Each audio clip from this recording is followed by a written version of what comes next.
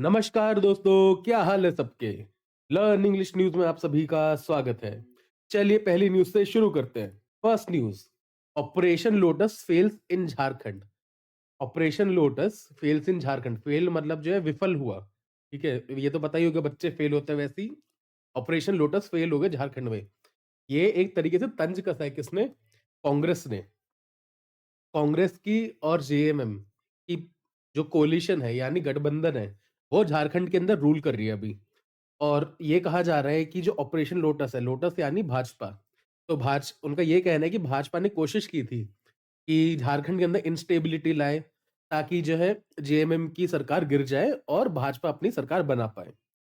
Jharkhand chief minister Champai Soren secured victory in crucial trust vote.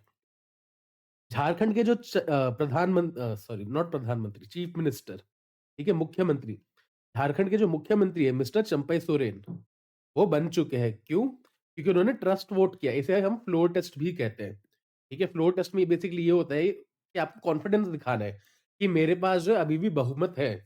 तो उन्होंने ये बहुमत साबित कर दिया और वो झारखंड के चीफ मिनिस्टर बन गए हैं। The Congress party celebrated the win, attributing it to the failure of the BJP's Operation Lotus strategy. Congress party जिनका गठबंधन है झारखंड में, उसने क्या किया? सेलिब्रेट किया इस चीज को। किसको? विन को। एट्रीब्यूटिंग, एट्रीब्यूट मतलब होता है कि किसी को कोई चीज देना या किसी को जो है नोटिस देना। Attributing it to the failure of बीजेपी's Operation Lotus strategy. The trust vote outcome reflects both political manoeuvring and resilience of the coalition government in Jharkhand. ये जो ट्रस्ट वोट यानी ये जो फ्लोर टेस्ट उन लोगों ने जीता है, इसका आउटकम, आउटकम मतलब रिजल्ट, ठीक है। तो जो रिजल्ट है वो क्या दर्शाता है? रिफ्लेक्ट्स दर्शाता है। क्या दर्शाता है? कि both political parties, sorry both political manoeuvring, political राजनैतिक, मैन्यूवर का मतलब होता है जाना। फॉर एग्जाम्पल जो है, एक रास्ता है जिसमें बहुत सारे खड्डे हैं, ठीक है, उसमें से आप साइकिल लेके जा रहे हो, ऐसे ऐसे ऐसे बहुत ध्यान से, बहुत ही केयरफुली लेके जा रहे हो, ठीक है, इसको कहते हैं मैन्यूवर करना। यानी हर तरफ बहुत गड्ढे हैं। इसी तरह यहाँ पे जो है पॉलिटिकल मैन्यूवरिंग, यानी यहाँ पे एक बहुत सारे गड्ढे थे इसके लिए, झारखंड सरकार के लिए, बट उसने उसमें बहुत ध्यान से चला और अपनी सरकार की सीट बचा के रखी। एंड द रेजिलियंस, रेजिलियंस मतलब दृढ़ता से रुके रहना, ठीक है। तो दृढ़ता से रुके रहे ऑफ द कोलिशन। कोलिशन मतलब गठबंधन, किसकी? गवर्नमेंट ऑफ झारखंड की। India to construct fence along Indo Myanmar border. अपना जो भारत देश है वो क्या करेगा? बनाएगा। क्या बनाएगा? फेंस। फेंस आपको पता होगा ना, जो बाउंड्री बनाते हैं, जैसे इंडिया पाकिस्तान बॉर्डर पे भी देखोगे तो ऐसे जो जाली लगी होती है तारों की, राइट, तो उसको हम फेंस कहते हैं। कहाँ पे लगाएंगे? भारत और म्यांमार के बॉर्डर पे। Indian government has decided to construct a fence along 1643 kilometre long. Bharat की जो सरकार है उसने क्या किया है? निर्णय लिया है। डिसाइडेड मतलब निर्णय लेना। Decided to construct a fence, construct मतलब बनाना, a fence along the entire, entire मतलब पूरा, पूरा 1643 किलोमीटर लंबा इंडो म्यांमार बॉर्डर पे, to facilitate better surveillance. Bharat सरकार जो है उसने क्या किया? उसने निर्णय लिया है कि वो बनाएगी एक फेंस। कहाँ पे?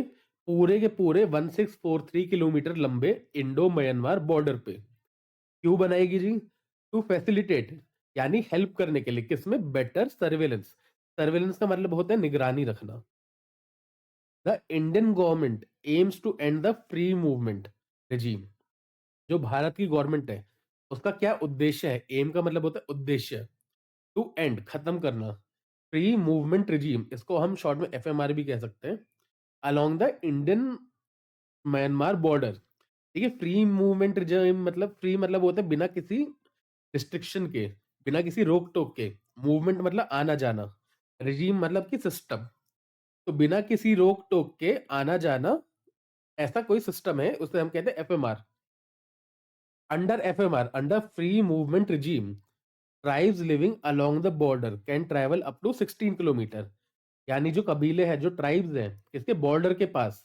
लिविंग अलोंग, अलोंग मतलब उसके अराउंड, उसके आसपास, बॉर्डर से सटा हुआ जो भी ट्राइब है, दे कैन ट्रैवल, वो आवागमन कर सकते हैं अप टू 16 किलोमीटर, यानी 16 किलोमीटर तक inside other country without a visa.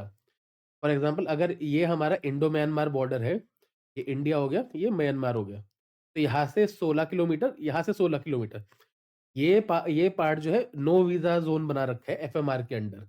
यानी अगर इधर कोई है तो इधर जा सकता है, इधर कोई है तो इधर आ सकता है। आगे बढ़ने से पहले मैं रिक्वेस्ट करूंगा, इस वीडियो को जल्दी से लाइक कर दीजिए, और चैनल को सब्सक्राइब नहीं किया है तो प्लीज जल्दी से इस चैनल को सब्सक्राइब कर दीजिए। और सबसे इंपॉर्टेंट बात, ये वीडियो और बाकी वीडियोस को भी अपने दोस्तों के साथ जरूर जरूर शेयर कीजिए, क्योंकि ज्ञान बांटने से बनता है। King Charles third diagnose with cancer. King Charles आपके यूके है ना, उसके जो अभी करंटली किंग है यानी राजा है, उनको डायग्नोज हुआ है। डायग्नोज का मतलब पता करना, पता लगा है। विद कैंसर, उनको कैंसर का पता लगा है। किंग चार्ल्स द थर्ड, इसको बोलने का तरीका है किंग चार्ल्स द थर्ड। यहाँ पे द नहीं लिखा है, बट उससे कोई फर्क नहीं पड़ता, आपको थर्ड के साथ द बनाना ही होगा। King Charles the third, the monarch of Britain. Monarch मतलब होता है राजा, इससे दूसरा वर्ड क्या बनता है, मोनार्क यानी राजशाही। जैसे भारत में रिपब्लिक है, रिपब्लिक के अंदर जो हेड ऑफ स्टेट होता है वो इलेक्टेड होता है। वही मोनार्की में जो हेड ऑफ स्टेट यानी राजा है वो इलेक्टेड नहीं होता है। तो जो मोनार्क है वो ब्रिटेन के हैज बीन डायग्नोस्ड, उनके बारे में पता चला है कि उन्हें कैंसर है, एक फॉर्म ऑफ कैंसर हो गया है। And has commenced treatment. Commence का मतलब होता है शुरू करना, ठीक है। तो उन्होंने क्या करा, हैज कमेंस्ड यानी उन्होंने ट्रीटमेंट शुरू कर दिया, उन्होंने अपने आप को ठीक करने का जो सिस्टम है उसे शुरू कर दिया है। प्रिंस विलियम, उनके जो बेटे prince William, as king Charles son and heir. King Charles के जो बेटे हैं और एयर, एयर का मतलब होता है कि जो अगला राजपाट संभालेंगे। जैसे राजा दशरथ के बाद जो एयर थे ऑफिशियली, वो राजा राम थे, राइट। उसी तरह यहाँ पे किंग चार्ल्स के जो बेटे हैं वो क्या बनेंगे आपके, वो एयर है इसके राजगद्दी के, यूके की। Prince William is expected to step up. Prince William से उम्मीद की जा रही, एक्सपेक्टेड मतलब उम्मीद की जा रही है कि वो इस पर्टिकुलर इशू को देखेंगे और उसके अगेंस्ट स्टेप्स लेंगे। The Britain, the British royal family is well prepared to navigate this period of transition. जो ब्रिटेन की राज शाही परिवार है वो वेल प्रिपेयर्ड है यानी अच्छे से प्रिपेयर्ड है टू नेविगेट। जैसे हमने पीछे मैन्यूवर पढ़ा था, उसी तरीके से दूसरा वर्ड होता है नेविगेट। तो navigate the period of transition यानी ये जो बदलाव का माहौल है इसको पार करने के लिए वो अच्छे से प्रिपेयर्ड है। North India versus the winters. पता ही है भारत में तो मतलब नॉर्थ में तो बहुत ज्यादा कड़ाके की ठंड पड़ी है, ठीक है, तो उसी के बारे में ये आर्टिकल था। Adverse weather conditions including heavy snowfall and rain have disrupted normal life in HP, UK and Kashmir. Adverse मतलब बहुत बुरा, ठीक है, बहुत बुरी वेदर कंडीशंस। वेदर का मतलब पता ही है आपको कि अपना वातावरण जो है। Weather conditions including heavy snowfall, include मतलब इसके साथ, उसके साथ क्या, हैवी स्नोफॉल, बड़ी भारी बर्फबारी के साथ, और रेन के साथ यानी बहुत सारी बारिश भी हो रही है। हैव डिसरप्टेड, डिसरप्ट करना हम परसों भी पढ़े थे कि डिसरप्ट मतलब होता है कि खराब करना। कोई पर्टिकुलर सपोज कोई रिवर चल रही है, अचानक से उसमें बड़ा सा पत्थर डाल दे कोई, तो उसका जो फ्लो है वो डिसरप्ट हो गया, ठीक है। तो डिसरप्ट क्या हुआ, किसी पर्टिकुलर पैटर्न को या किसी पर्टिकुलर लय को तोड़ना। Disrupted the normal life in Himachal Pradesh, Uttarakhand and Kashmir. Continuous snowfall and rain led to the closure of 645 roads. ये जो स्नोफॉल है कंटिन्यूअस है, मतलब चले जा रही है, चले जा रही है, रुकने का नाम नहीं ले रही है। तो कंटिन्यूअस स्नोफॉल एंड रेन्स यानी स्नोफॉल भी हो रही है, रेन भी हो रही है। Led to the closure, led मतलब इसके कारण क्या हुआ, क्लोजर हुआ, क्लोजर मतलब बंद होना, ठीक है। ये जो कंटिन्यूअस स्नोफॉल और बारिश हो रही है इसके कारण क्या बंद हुई है, क्या बंद हुई है, 645 सड़कें, including 4 national highways. National highways के साथ साथ 645 रोड्स के अंदर इश्यूज आए हैं। Overcast conditions and drizzle led to the surge in tourist influx to Mussoorie and its vicinity. Overcast जैसे होता है ना कि ऐसा मौसम हो रहा है कि भाई बारिश होने वाली है, बारिश होने वाली है, बिल्कुल गड़गड़ाहट वाला मौसम होता है, ग्रे ग्रे सा, उसको ओवरकास्ट वेदर कंडीशंस कहते हैं। एंड ड्रिजल, ड्रिजल का मतलब होता है बहुत हल्की बारिश। एक तो हो गया बारिश हो नहीं रही बट मौसम हो रहा है बारिश का, दूसरा होता है बहुत हल्की-हल्की बारिश, बूंदा-बांदी टाइप की, drizzle. Led to a surge. Surge का मतलब होता है इंक्रीज़, बढ़ जाना एकदम से, झटके से, ठीक है? सर्ज मतलब झटके से एकदम से बढ़ गया। क्या बढ़ गए? टूरिस्ट बढ़ गए। टूरिस्ट इन्फ्लक्स, इन्फ्लक्स होता है कि अंदर आना, ठीक है? सपोज़ ये आपकी स्टेट है, स्टेट के अंदर एकदम से झटके से ढेर सारे टूरिस्ट आ रहे हैं। तो क्या हो रहा है? Sudden surge of tourist influx to Mussoorie.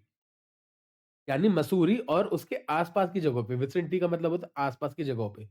Overcast condition और हल्की-हल्की बूंदाबांदी के कारण एक झटके से जो है इंक्रीज़ दिखा है टूरिस्ट के आगमन में। कहाँ पे? मसूरी और उसके आसपास के इलाकों में। अपना मेन सेगमेंट पे चलते हैं, न्यू वर्ड्स पे। फर्स्ट वर्ड है अपना जेज्यून, JEJUNE। इसका मतलब होता है किसी चीज़ के लिए एक्सपीरियंस ना होना, नॉलेज या फिर जजमेंट ना होना। फॉर एग्जाम्पल, अभी हमने पीछे पढ़ा कि किंग चार्ल्स जो है कैंसर के शिकार हो चुके हैं, ठीक है? तो इसका मतलब है किंग चार्ल्स की जगह पे अभी कौन आएंगे? प्रिंस विलियम आएंगे। प्रिंस विलियम जो है अभी इतने एक्सपीरियंस नहीं है ऑब्वियसली, क्योंकि उन्होंने कभी राजगद्दी पे बैठे नहीं है। तो he is technically a jejune for the post. Alacrity, alacrity का मतलब होता है चीयरफुल विलिंगनेस और ईगरनेस। इसका मतलब हो गया कि एकदम जो है बहुत ही ज्यादा खुशी या किसी चीज के लिए बहुत ही अच्छा चीयरफुल नेचर होना। फॉर एग्जाम्पल, जब सैलरी डे आने वाली होता है तो एवरीबडी इज इन एलिक्रिटी, यानी बहुत ही ज्यादा चीयरफुलनेस होती है सब में, क्योंकि सैलरी आने वाली है। प्रेशियंट, प्रेसियंट, हैविंग और showing knowledge of events before they can happen. Prophetic, देखिए प्रॉफिट का मतलब ही वो होता है कि जो भगवान के साथ बात कर सकता है या फिर जो है फ्यूचर बता सकता है, ठीक है? प्रॉफिट का मतलब वो होता है। तो प्रेसिडेंट क्या होता है? एक ऐसा कोई पर्सन जिसके पास के नॉलेज है फ्यूचर की, यानी वो जो भविष्यवाणी कर सकता है। नेक्स्ट सेगमेंट है अपना कमेंट द मीनिंग। ये मेरा फेवरेट सेगमेंट है क्योंकि इसमें पता चलता है आपने कितना ध्यान दिया है। हमने आज एक वर्ड डिस्कस किया, विसिनिटी। तो मैं चाहता हूं आप नीचे कमेंट्स में बताइए इसका क्या मीनिंग है। Thank you for watching this video till the end. मिलते हैं आपसे कल। जय हिंद, जय माता दी, वंदे मातरम। Bye bye.